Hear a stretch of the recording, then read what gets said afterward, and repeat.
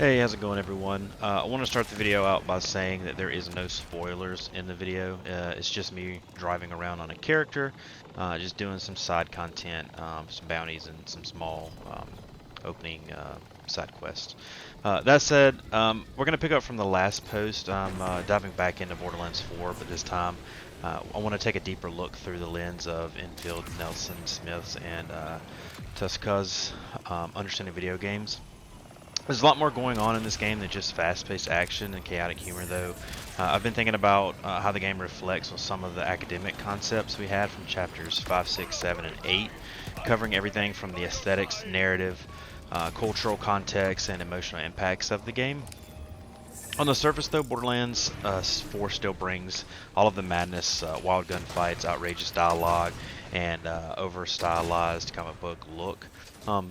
But beneath all of that, it's also a game that engages with identity, morality, culture, and even some serious real-world themes. So let's begin to kind of break it all down.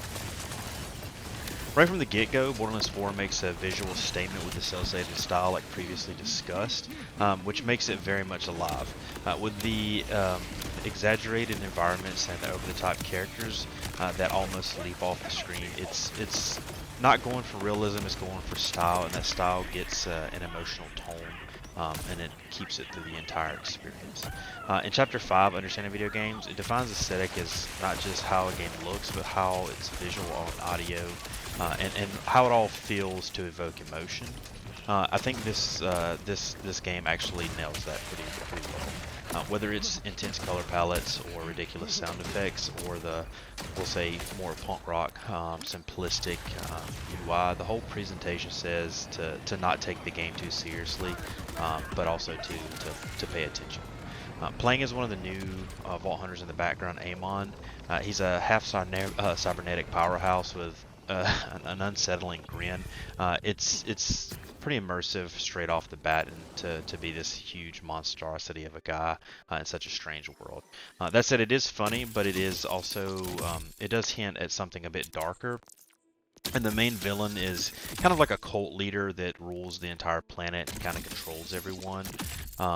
That said, their appearance and behavior and the environment itself, throughout the game, definitely has a control over everything, and that's reinforced with his absurdities when coming over the radio constantly. That said, the aesthetic doesn't just create a mood; it helps tell the story of the game. Um, the designs and the chaotic landscapes reflects themes like identity loss, mental instability, and resistance. As Chapter 5 suggests, though, aesthetics aren't just decorations, they're storytelling tools, and Borderlands 4 uses all of them pretty smartly. One thing that really clicked for me after reading Chapter 6, however, is Borderlands 4 fits into a larger cultural conversations, excuse me. According to the chapter, games aren't just for entertainment, right? They actually reflect and shape the cultures they come from. And Borderlands, for all its satire and sci-fi chaos, has a lot to say about the real world. For example, we have corporate control themes, and it stays pretty relevant throughout here as well. And it's kind of stronger in some of the previous titles, but it is prevalent here. That said, the villain's domination over the planet throughout, you can see his tech, propaganda, and personalities with all of his minions that kind of mirror these real-world fears that we have about corporate overtake and surveillances and the erosion of truth actually here in the real world. There's also commentary on social media, a session, and like fame culture, which kind of reflects back to the previous Borderlands. That said, it's all wrapped up in an absurdity, but it also is still there if you look for it. Even some of the Vault Hunters reflect shifting culture norms. They come from all walks of life and don't fit neatly into a typical action shooter mold, right? The diversity isn't just skin deep. It's woven into the story and in the gameplay. Showing how some of the games can challenge mainstream narratives about who gets to be a hero.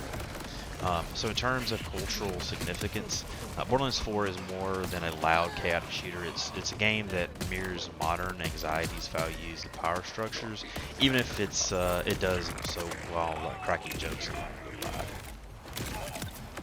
Um, Now moving to chapter 7, there's three types of video game narrative. Embedded, which is played by the designers, emergent, created throughout the gameplay, and enact, which is shaped by the player's choice.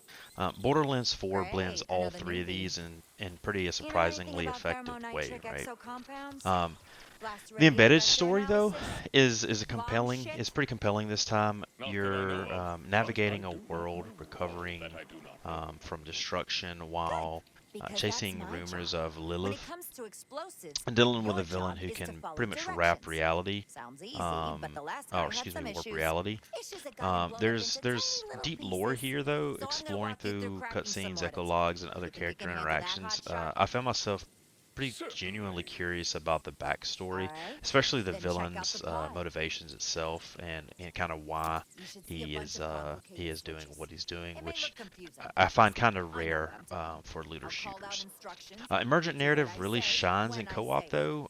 I've had On the so clock many lets you unplanned interact with the moments enemy. like Start surviving a whenever you're boss ready. fight Quick with when 1 you do. HP or accidentally triggering a Whenever you're horde of ready, enemies punch the button. mid-mission Flip that that switch. create unique stories Shoot or the moments panel. of gameplay that you Pull kind the of lever. reflect back on. Shoot the These panel. moments makes the game feel more alive and Flip that switch. unpredictable, and you kind of see some in the Smack the background button. as the gameplay goes. Pull the lever. Then lastly, Smack the there's button.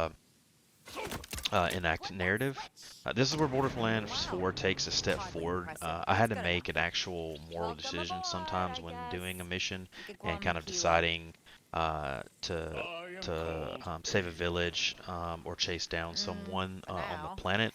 These Anyway, get out choices of here. can Gotta really prep for the affect job. how the character responds to the player, even if the mission changes the outcomes. It made me kind of sit here and reflect on what kind of hero I wanted to play and kind of how I wanted to perceive the world itself, not just in stats but in values. Um, like I said, in chapter 7, it Great. Your explains other like teammates are good tech game with you. narratives He's got aren't just some linear project he's plots; moving they're on. meaningful interactions, right? And in that sense, Borderlands 4 really kind of delivers on that promise. Um, so that moving forward, chapter 8 focuses on the like serious games that aim to do more than just in quotations entertain. Teach me something new. While Borderlands 4 wouldn't usually fall under that category, there are definitely moments throughout the game when it blurs the line between satire and serious commentary. Um, a few story arcs dive into heavy territory with mental illness, addiction, loss, and betrayal. One mission, for instance, with hardly no spoilers, reveals how a side character turns to extremism after a loss of a family member, and it's framed in such a way that both emotionally and thought-provoking. You're not just asked to fight; you're asking to understand, right? Um, this isn't trying to be preachy, but it is intentional.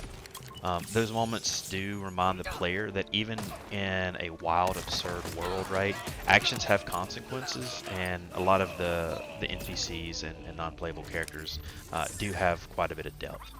Um, Borderlands 4, though, however, doesn't doesn't become a serious game in a sense, but it uses some of the serious game techniques to make the emotional and moral aspects of the story land a little bit harder when you're playing through it. I gather you are the So while executive it's director. still an I am action-packed your shooter, mucker. there are some slices of real heavy narrative in there Shouldn't put you that up for this? elevate the Well, experience don't need beyond another pure trigger-happy entertainment. Nimrod. If I'm putting my life and my Um, loot in your so hands, I let's need talk to about know you're sharper representation than in a bag of Borderlands 4. hammers. It isn't just You a reach the check power mark relays. on You the knock out design their dock, right? faces. It Watch your is step, though. part of the No game's laser DNA, tagging. itself, like for instance, the one of the new Vault Hunters reflects on a range, or excuse me, a lot of the new Vault Hunters reflect on range of racial, cultural, and gender identities, and their stories matter quite a bit.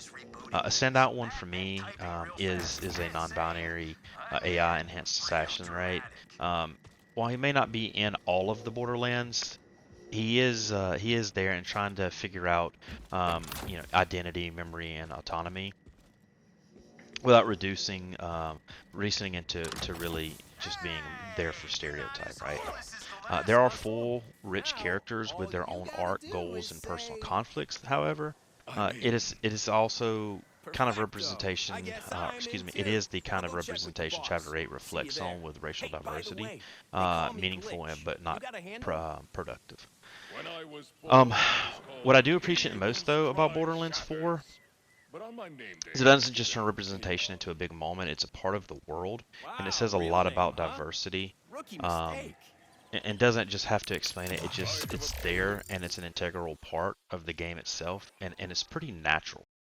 That said, in a landscape where a lot of games still struggle with representation, I do feel like Borderlands 4 has made strong leaps forward so that everyone can feel represented within the story itself.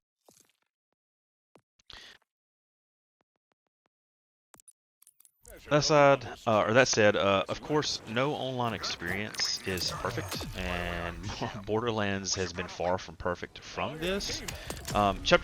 I think it was 8 also addresses the issue of toxicity in gaming, and I have seen absolutely firsthand the impact this can have on someone's experience while playing the game itself. Most of my co-op games, though, have been pretty great. I haven't really ran into any issues, but there has been a few sessions with players that are trying to troll or intentionally fail objectives or causing bosses to despawn like you see in the background. Finding just a random world boss.